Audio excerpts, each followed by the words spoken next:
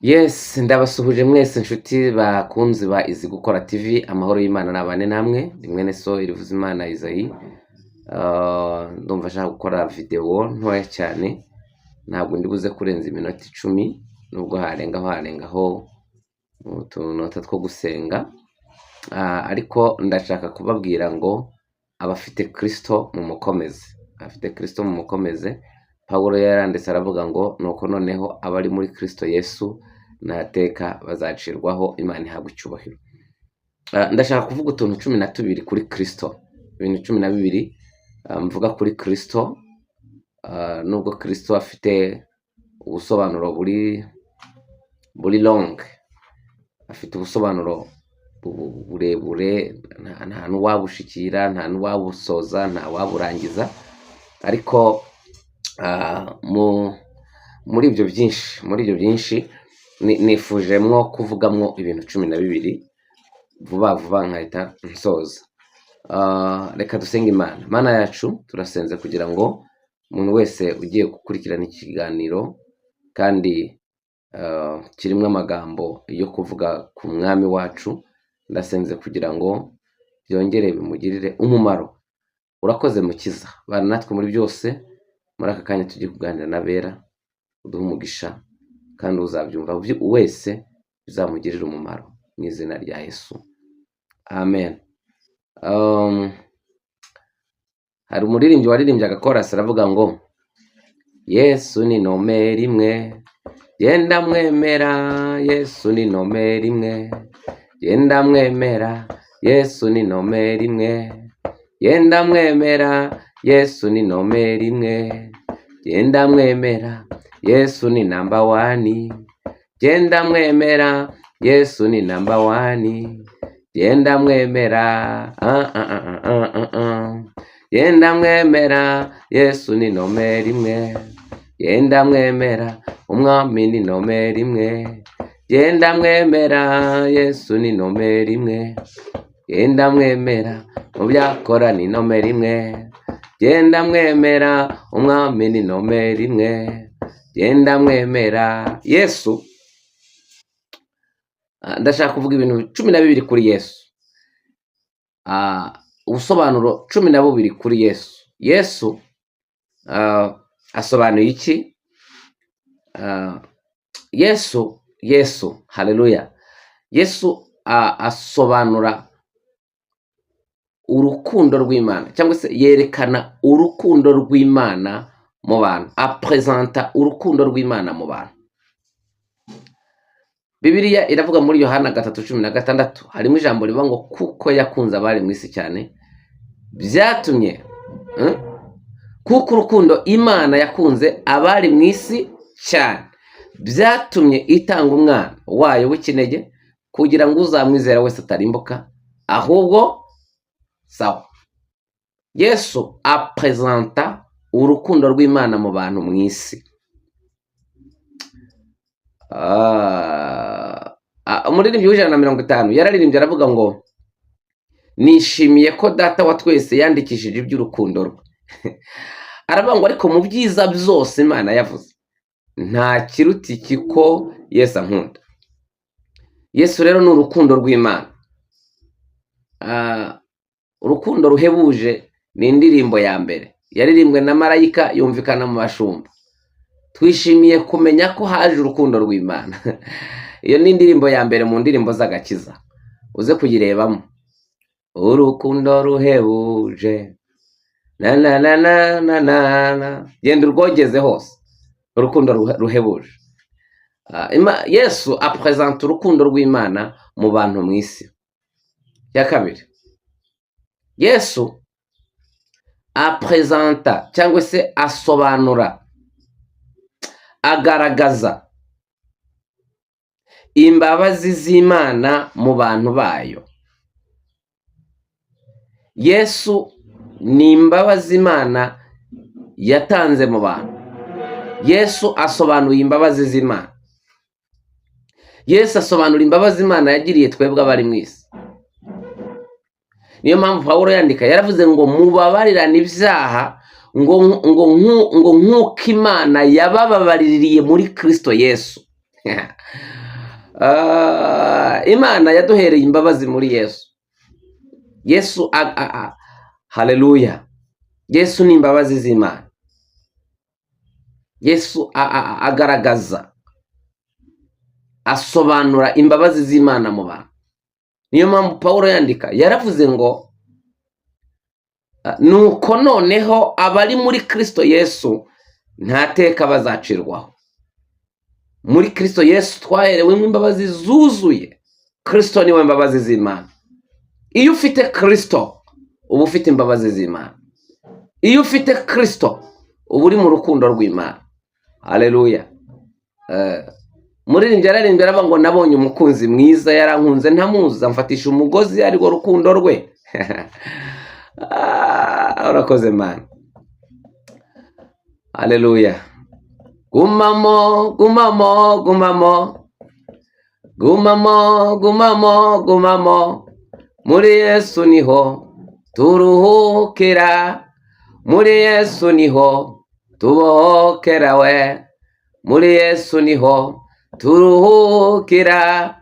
Muri Yesu niho tubohokera. Bwana asifiwe sana. Haleluya. Cya gatatu kugira ngo ntatinda. Kristo asobanura neza ineza y'Imana. Kristo ni ineza y'Imana mu bantu. Yesu asobanura kugira neza kw'Imana mu bantu. Ineza yawe ntawayirondora. Ineza yawe Mana ntawayirondora. Mana uri mwiza urera cyane. Ineza yawe Mana we ntigihinduka dororera. Kristo asobanuye ineza y'Imana, kugira neza kw'Imana. Imana ni neza. Imana igira neza. Kristo rero iyo neza y'Imana, Imana yayinyujije muri Kristo. Niyo mpamvu bivuga ngo nuko none abari muri Kristo Yesu n'Abaroma ibice 8:31 harimo ijambo rivuga ngo nuko tuvuga iki? Ubwo Imana iri mu ruhande rwacu umubisha wacu ninde?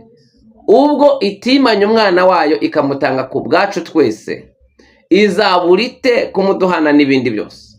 Kristo yaje ari neza y'Imana mu bantu. Umva yangiriye neza we. Twadukora si twose abantu baririmba ngo umva Imana yangiriye neza. Byanyuze muri Yesu. Haleluya. Imana iba umugisha. Kristo asobanura ineza y'Imana mu bantu, kugira neza kw'Imana mu bantu. Icya kane, Kristo asobanura icyubahiro cy'Imana mu bantu. Iyo ufite Kristo ntabwo uba ukiri insuzugurwa.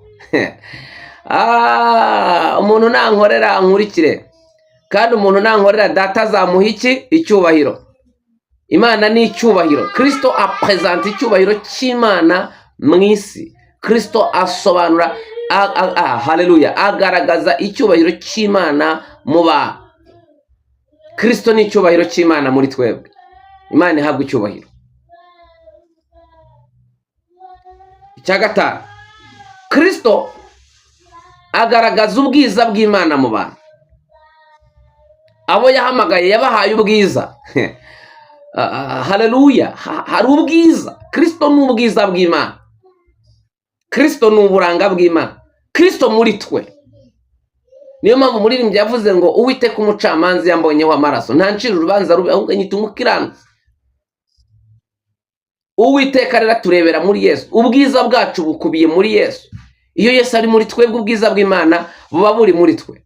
Niyo mpamvu wavuka hasuzuguritse mu isi y'umubiri, ariko kuko wamaze kwakira ubwiza bw'Imana ku bwa Kristo, ububi bwose wari ufite bugushiraho.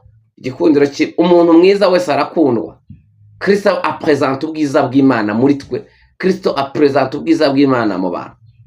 Icya gatandatu, Kristo agaragaza kubaho kw'Imana mu bantu, kuko ariho natwe tuzabaho. Kubaho kw'Imana, iyo turi muri Kristo tuba turiho. iyo tutari muri Kristo tuba tutariho. Bibiliya yo ivuga ko tuba dupfuye, tuba turi intumbi.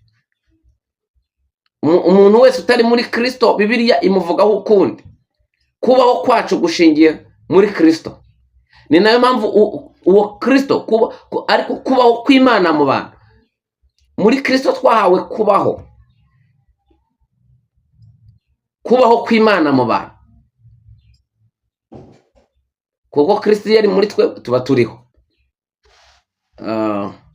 Uko kubaho nibwo bugingo. Muri Kristo nimwe duherwa ubugingo. Bwana asifiwe sana. Mani bahereza umugisha. Ica karindwi, Kristo apresenta kwera kw'Imana mu bantu. Kwera kw'Imana mu bantu. Tanihute. Kristo agaragaza kwera kw'Imana, gukiranuka kw'Imana. Cya karindwi, aprito cya munani, Kristo apresenta ubutware n'ubushobozi by'Imana.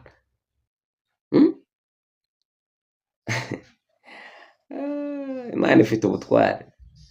Kwa Yesu dufite ubutware, dufite ubushobozi. Yaravuze ngo mbahaye ubutware.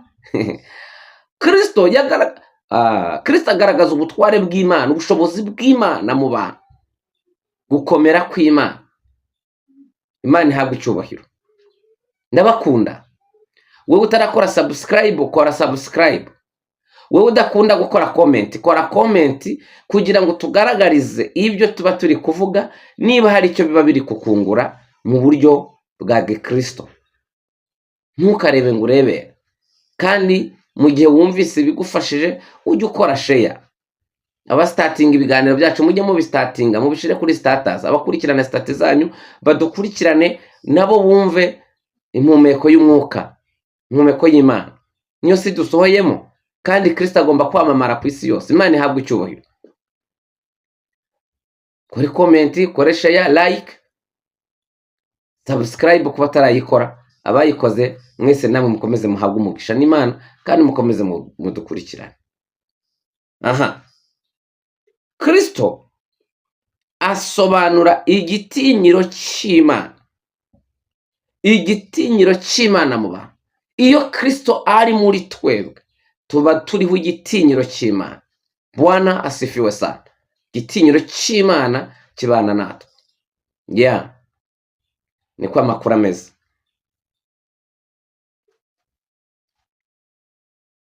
Kristo,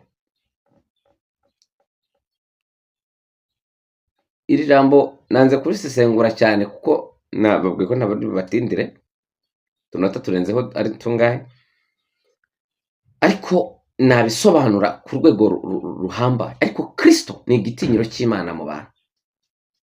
Iyo Kristo ari muri twebwe ntabipfa kutuvogera mwene data. Ntibinafite n'uburenganzira. Iyo umuntu afite igitinyiro nta bintu bimuvogera. Imana tugirire neza. 10. Kristo apresenta kurema kw'Imana mu bantu. Kristo ararema. Kristo Imana irarema. Yesu yaranabigaragaje, aremera umuntu wavutse atagira amaso. Apana kuvuga ari impumyi, atagira amaso. Kristo atoba kondo asiga amaso araboneka. Kristo apresenta kurema kw'Imana. Ibidahari Imana ibasha kubirema kuri wowe. Ku bwa Kristo hari ibintu Imana igenda ituremaho. Haleluya. Hari ibintu turemerwa ku bwa Kristo. Imana ishimwe. Ntabwo ndi butinde, nari bubisobanure cyane, ariko mubyumve ko Kristo agaragaza kurema kw'Imana mu bantu. Imana ihabwa icyubahiro. Ikindi cya 11, Kristo apresenta umucyo w'Imana mu bantu. Abantu bari bari mu mwijima, Kristo yaje ari umucyo. Kristo ni umucyo w'Imana mu bantu. Niyo mpamvu muririmbyi yaravuze ngo amurikira inzira, amurikira inzira, amurikira inzira, nemera intege nke zanje, nemera nizera kwa ndengera. Kristo ni umucyo, niwe mucyo w'abantu. Abantu batuye mu mwijima, ariko Kristo ni umucyo. Haleluya. Ijambo ryawe nitabaza rimurikira ibirenge byanjye. Kristo niwe jambo. Jambo. Kristo akumurikire. Amena. Kristo ni umucyo. Imana yirukana umwijima muri wowe. Imana yirukana umwijima mu muryango wawe. Imana yirukana umwijima mu bana bawe. Imana yirukana umwijima muri family yose, mu baturanyi n'ahandi. Umucyo w'Imana urase mu izina rya Yesu. Cya 12. Kristo apresenta amasezerano y'Imana kandi asohora. Kristo yari yaranditswe mu masezerano, mu bitabo, mu biki byose, mu mategeko, mu buhanuzi. Amasezerano yose uko Imana yatanga yakomejwe n'amaraso y'Umwami wacu Yesu Kristo. Humura, Kristo yabaye amasezerano y'Imana kandi yabaye amasezerano y'Imana mu bantu, ariko ayo masezerano yaje gusohora. Kristo araboneka, Kristo aravuka, Kristo aracungura abantu, Kristo arazuka. Kristo apresenta amasezerano y'Imana mu bantu kandi asohora. Humura, ibyo wabwiwe n'Imana byose bizasohora. Imana ibahe umugisha, Imana ibagirire neza. Reka dusenge. Muririmbyi yararimbye aravuga ngo Kristo ni byose kumufite. Mwifurije gutunga Kristo nk'urukundo rw'Imana, nk'imbabazi z'Imana zigukuraho ibyaha byose wakoze. Neza y'Imana ikugereho. Cyubahiro cy'Imana, ubwiza bw'Imana, kubaho kw'Imana, kwera kw'Imana kube muri wowe. Hahirwa imitima iboneye kuko aribo bazabona Imana. Ubutwari n'ubushobozi by'Imana bibe muri wowe. Igitinyiro cy'Imana kikubeho. Kurema kw'Imana kukubonekere. Umucyo w'Imana ukurasire. Amasezerano y'Imana gusohoreho mu izina rya Yesu. Urakoze Mana. Icyubahiro n'ikibi cyawe bana natwe. Mwuka w'Uwiteka abe kuri twe impande zose mu izina rya Yesu. Amen. Ndabakunda. Wifuza kuntera inkunga mu bitekerezo cyangwa se ko mu buhamya, wifuza kuntera inkunga no mu bundi buryo busanzwe kugira ngo ubutumwa bwiza bukomeze, mpamagara kuri 078 17 10 11 078 17 10 11. Isumba byose babera amaboko. Shalom.